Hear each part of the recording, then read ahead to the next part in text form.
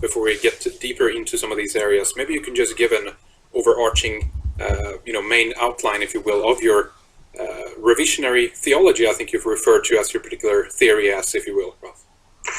Well, the basic assumption is that these people are famous people from history.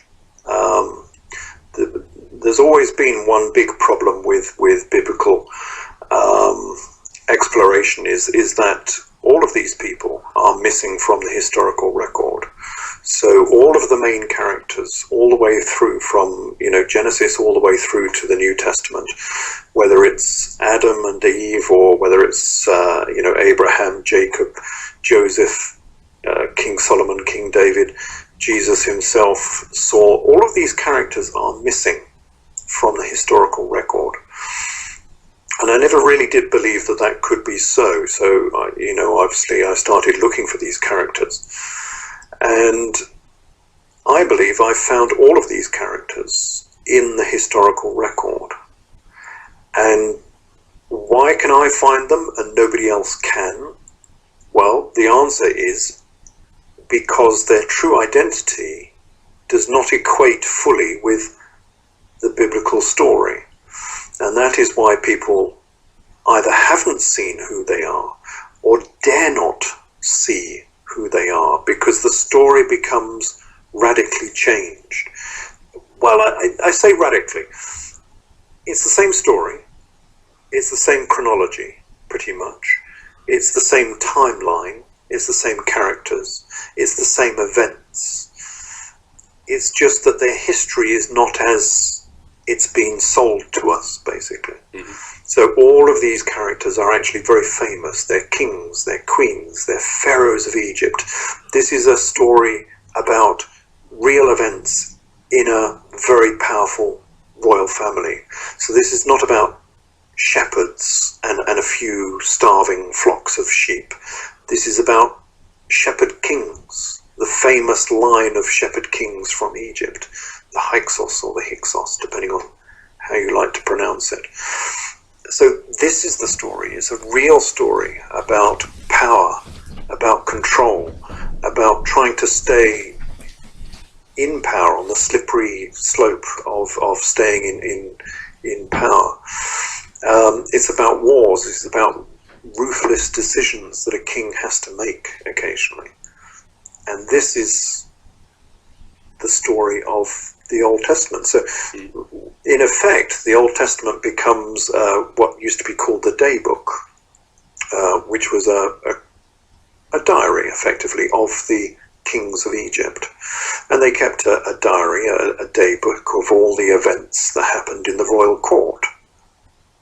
And that day book is what we know as the Old Testament. So it's a record of what these pharaohs were doing. And these are famous characters from history. And, just to show how people have covered up, as it were, the truth, do listeners, know that there was a pharaoh who was called Jacob. So the biblical Jacob becomes the pharaoh Jacob, or, in the Hebrew he was called Jacob, and the pharaoh is actually called Jacobah. It's the same character.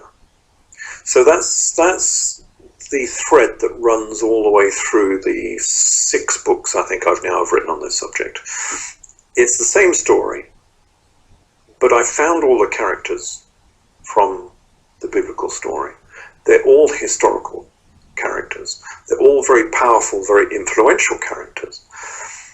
But the interesting thing that I think about this new reassessment of biblical history is that the story looks like it's fairly accurate, it's fairly true.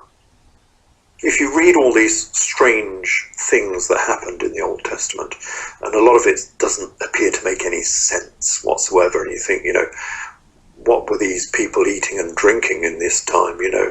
They must have been on hallucinogens or something. Right. But if you look at it in the real context of why it was written and what they were trying to say, it actually all starts to make sense.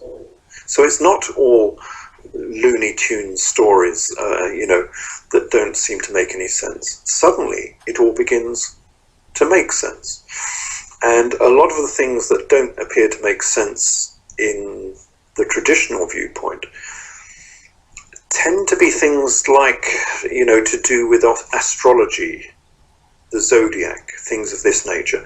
Descriptions of the zodiac that have, become rather garbled down the years, and it doesn't appear to make much sense in the modern translation of the Bible. But I think in its original context, a lot of these strange episodes do make sense. And yes, go ahead. I want to ask you a little bit about, I guess, why the story have been either then, as you mentioned, purposefully convoluted or placed in another area, or if you believe that this was from basically a mistake from people who consequently wrote the story afterwards.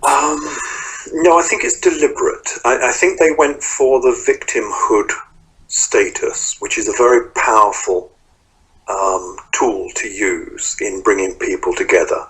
People do it all the time, and it works a treat. It's a well-tried method of getting sympathy, and I think they did exactly the same. When they came back from the Babylon exile, they were no longer quite as powerful as they were, and trading on a history that said that we were kings and pharaohs of Egypt no longer seemed appropriate, I think, because now Egypt was the pariah state. Egypt was the state that had effectively kicked them out of Israel. And so now they were playing the victimhood card. Egypt was the big evil superpower that kicked us out and so on, and we became downtrodden. And you can't exactly sell that story if your heroes and characters in the Old Testament were actually pharaohs of Egypt. It doesn't sort of work well, does it? You can't sell the victimhood story if you were the most powerful people in the world. It just doesn't work.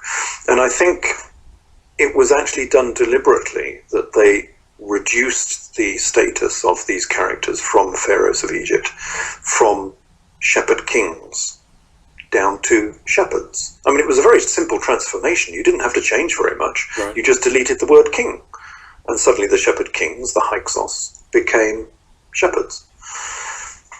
And I think that's what was done. So that means that in one way then it's a propaganda story to sell it to other people around the world, perhaps?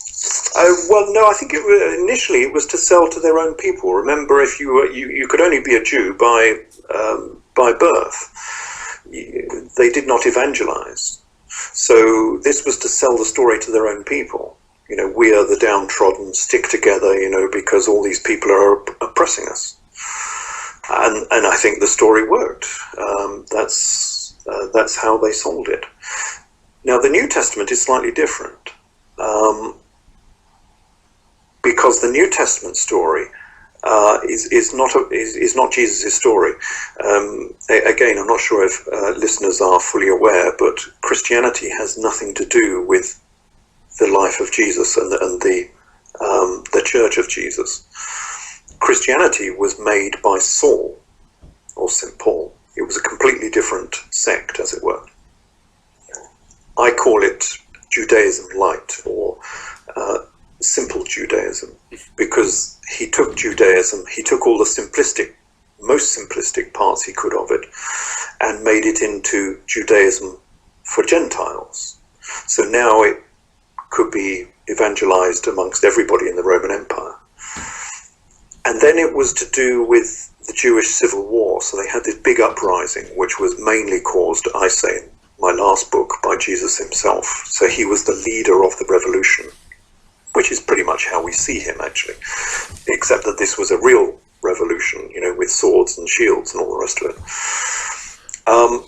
And that caused mayhem on the eastern borders of the Roman Empire. This was the Jewish Civil War. It was a big event in the Roman Empire. They had to send, 3 or 4 legions out to try and quell all the unrest.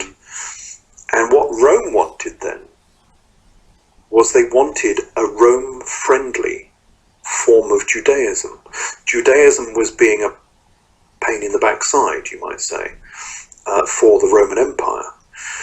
And they didn't want this to happen again. They didn't want more trouble on the eastern borders. So, this was a big problem. What they wanted was a Rome-friendly form of Judaism, and they got it in the form of Christianity, or simple Judaism, as I call it. And what we consider now to be the persecution of the Christians, which, again, playing the persecution card yet again, was not the persecution of simple Judaism, what we would now call Christianity. It was actually the persecution of the Church of Jesus. And of course the two were entirely separate. They were in 2 entirely separate sects. One was, the Church of Jesus was very Judaic, of course. You had to be circumcised, you had to be a Jew. Simple Judaism was completely the opposite. It was Judaism for the Gentiles, and you didn't have to be circumcised. They were 2 completely different sects. And so the persecution, as far as I can see it, was against the Church of Jesus. And Saul and his new form of Judaism had a free run, because that's exactly what the Roman Empire wanted. So that's interesting to me as well, because